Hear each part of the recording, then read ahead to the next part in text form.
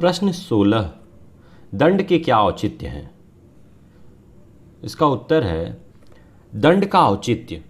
अपराध और दंड दो पर्यायवाची धारणाएं हैं। अतः अपराध घटित होने पर अपराधी को उसके विधि विरुद्ध अपराध के लिए दंडित किया जाना स्वाभाविक है। यदि दंड का भय ना रहे तो कोई भी अपराध करने से परावृत्त नहीं रहेगा, क्योंकि स्वैर आचरण मानव का स्वाभाविक लक्षण है। दोष सिद्ध अपराधी को दंडित किए जाने का औचित्य निम्नलिखित कारणों से है। 1. प्रतिशोध। अपराधी को दंड दिया जाना इसलिए उचित है ताकि उसे यह अनुभूति हो जाए कि अपराध करना एक महंगा सौदा है और वह उसकी पुनरावृत्ति करने का दुस्साहस ना करे। जैसा कि बेथम ने अपनी दांडिक नीति में कहा है कि दंड से अभियुक्त को होने वाला कष्ट, दुख या शारीरिक यातना अपराध से उसे प्राप्त होने वाले सुख की तुलना में अधिक होनी चाहिए, तभी दंड प्रभावकारी परिणाम देगा। 2. परिरोधात्मक प्रभाव। अपराधी को कारागार में परिरोधित कर उसकी समाज में अपराध करने की क्षमता को बंदीकरण द्वारा समाप्त कर दिया जाता है। यही कारण है कि जघन्य अपराध करने वाले अपराधियों को आजीवन कारावास से दंडित किया जाता है, ताकि वह आजीवन अपराध करने के लिए अक्षम रहें। यहाँ तक कि हत्या के अपराधी जो समाज के लिए घातक हैं, मृत्युदंड से दंडित किए जा सकते हैं, ताकि वे अपराध की पुनरावृत्ति करने के लिए जीवित ही ना बचें। 3. प्रत्यावर्तन। कतिपय छोटे मोटे अपराधों के लिए दंड जुर्माने के रूप में दिया जा सकता है। यह अपराधी को आदेशित किया जा सकता है कि वह पीड़ित व्यक्ति को प्रतिकर होकर उसकी क्षतिपूर्ति करे। 4. पुनर्वास। आधुनिक प्रगतिशील दंड प्रणाली के अंतर्गत दंड का उद्देश्य अपराधी की मनोवृत्ति में सुधार कर उसे समाज में पुनर्स्थापित करना होता है। अपराधी की मानसिकता या अवृद्धि में बदलाव लाकर उसे समाज में सामान्य की तरह पुनः स्वीकार किए जाने के प्रयास द्वारा उसको पुनर्स्थापित किया जाता है। प्रश्न 17। आदर्श दंड नीति की विशेषताओं की विवेचना कीजिए। उत्तर। एक आदर्श दंड नीति में निम्नलिखित आवश्यक लक्षणों का होना आवश्यक है। 1. आदर्श दंड प्रणाली का सर्वश्रेष्ठ गुण यह है कि उसका लक्ष्य समाज का अपराधियों से संरक्षण करना होना चाहिए तथा अपराधी को समाज में पुनः स्थापित किए जाने पर बल दिया जाना चाहिए। अतः उपचार के बजाय अपराधों के निवारण को अधिक महत्व दिया जाना चाहिए। 2. दंड की प्रभावोत्पादकता के विषय में अपने विचार व्यक्त करते हुए विधि सुधारक जर्मी बेथम ने कहा है कि दंड नीति सुख दुख की उपयोगिता सिद्धांत के अनुरूप होनी चाहिए। अपराध कृत्य से अपराधी को प्राप्त होने वाला सुख उस अपराध के लिए दंड की पीड़ा की तुलना में अधिक नहीं होना चाहिए, अन्यथा दंड का महत्व ही समाप्त हो जाएगा। 3. सभी विधिवेत्ता यह स्वीकार करते हैं कि विलंब न्याय के उद्देश्य को ही समाप्त कर देता है। अतः अपराध कृत्य और दंड निर्धारण में जितना कम समय लिया जाए, दंड उतना ही प्रभावी होगा।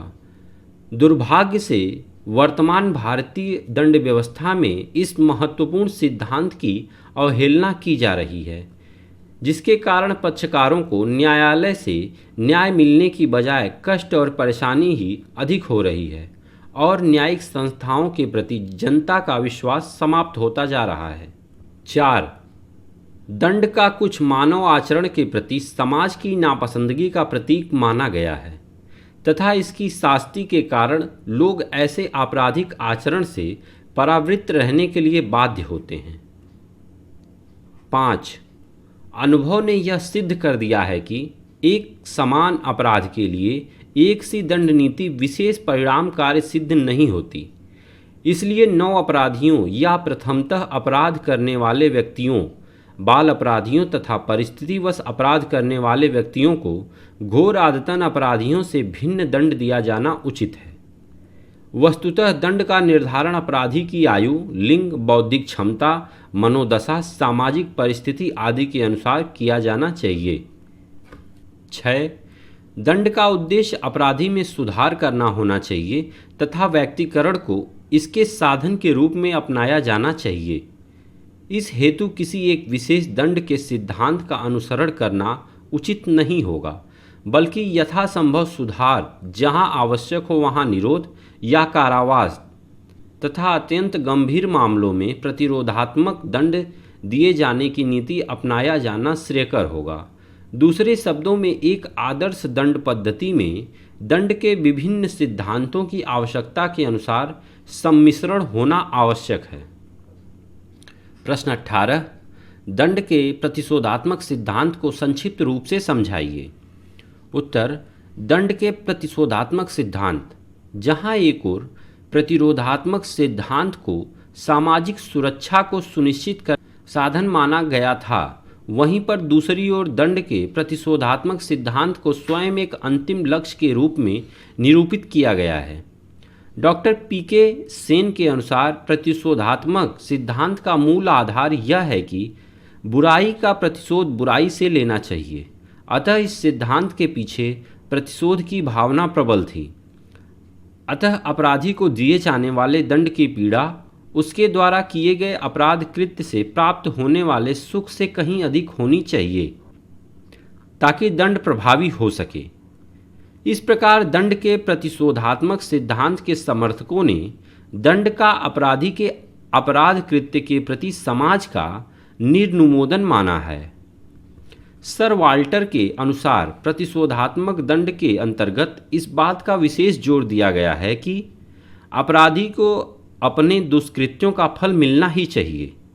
उन्होंने दंड की नापसंदगी निरूपित करते हुए कहा है कि स्वस्थ समाज के लिए दंड परम आवश्यक है। जर्मन दार्शनिक एवं विधिवेत्ता कांट दंड के प्रतिशोधात्मक सिद्धांत के प्रमुख समर्थक थे। उनके अनुसार आँख के लिए आँख और दांत के लिए दांत की उक्ति प्रतिशोधात्मक दंड की भावना से युक्त है। अरस्तु, स्टीफन तथा ब्रेडले महोदय इस सिद्धांत के प्रमुख समर्थक हैं। ब्रेडले के अनुसार जिस तरह विवाह और स्नेह में परस्पर संबंध है, उसी प्रकार दंड विधि और प्रतिशोध में घनिष्ठ संबंध है। प्लेटो के अनुसार न्याय आत्मा की अच्छाई और स्वास्थ्य है, जबकि अन्याय इसकी बीमारी और शर्मिंदगी है।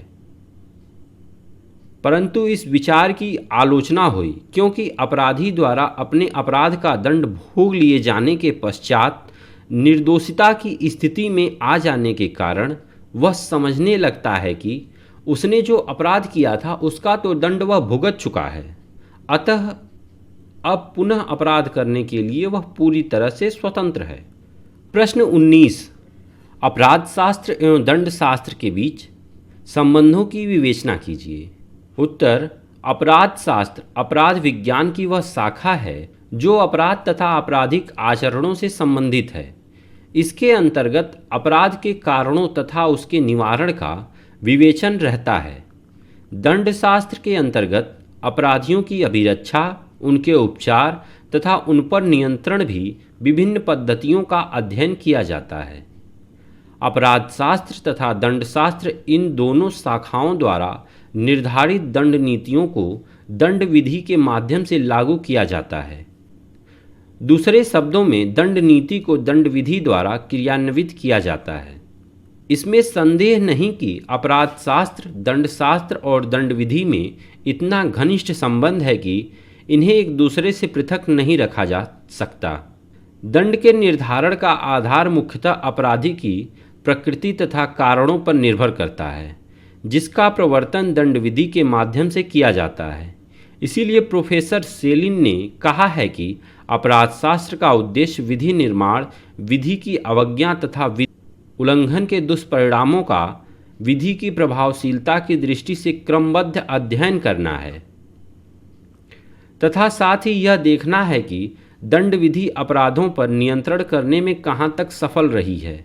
इस संबंध में अपने विचार व्यक्त करते हुए डोनाल्ड टेफ्ट ने कहा है कि अपराध शास्त्र के अंतर्गत अपराधों और अपराधियों का वैज्ञानिक पद्धति से विश्लेषण तथा अध्ययन किया जाता है, जबकि दंड शास्त्र मुख्यतः अपराधियों के दंड एवं उपचार से संबंधित है। उनके मतानुसार अपराध शास्त्र का प्रादुर्भाव तथा विकास दंड शास्त्र की तुलना में बहुत बाद में हुआ है, क्योंकि आरंभिक काल में अपराधों के कारणों के विश्लेषण के बजाय अपराधियों को दंडित करने पर ही विशेष जोर दिया जाता था।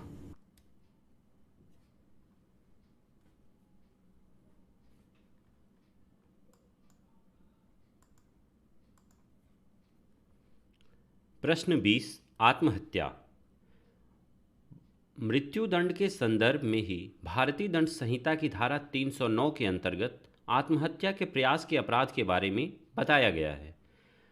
बंबई उच्च न्यायालय ने मारुति दुब्बल बनाम महाराष्ट्र 1986 के वाद में अभिनिर्धारित किया कि भारतीय संविधान के अनुच्छेद 21 के अंतर्गत व्यक्ति को प्राप्त जीवन के अधिकार के अंतर्गत जीवित ना रहने का अधिकार अर्थात जीवन को समाप्त करने का अधिकार परोक्ष रूप से समाविष्ट है। अतः जो व्यक्ति जीना नहीं चाहता आत्महत्या करता है तो इसके प्रयास को भारतीय दंड संहिता की धारा 309 के अंतर्गत अपराध नहीं माना जाना चाहिए। परंतु ज्ञान कौर बनाम पंजाब राज्य 1996 सुप्रीम कोर्ट के वाद में अभिनिर्धारित किया गया कि भारतीय संविधान के अनुच्छेद 21 के अधीन जीवन के अधिकार के अंतर्गत जीवन को समाप्त कर देने का अधिकार सम्मिलित नहीं है। अतः भारतीय दंड संहिता की धारा 309 के अंतर्गत आत्महत्या के प्रयास के लिए जो दंड उपलब्ध है वह कहीं भी संविधान के अनुच्छेद 21 के अधीन जीवन के अधिकार के प्रावधानों के प्रतिकूल नहीं है। अतः उक्त निर्णय के अनुसार भारतीय दंड संहिता की धारा 309 संवैधानिक है।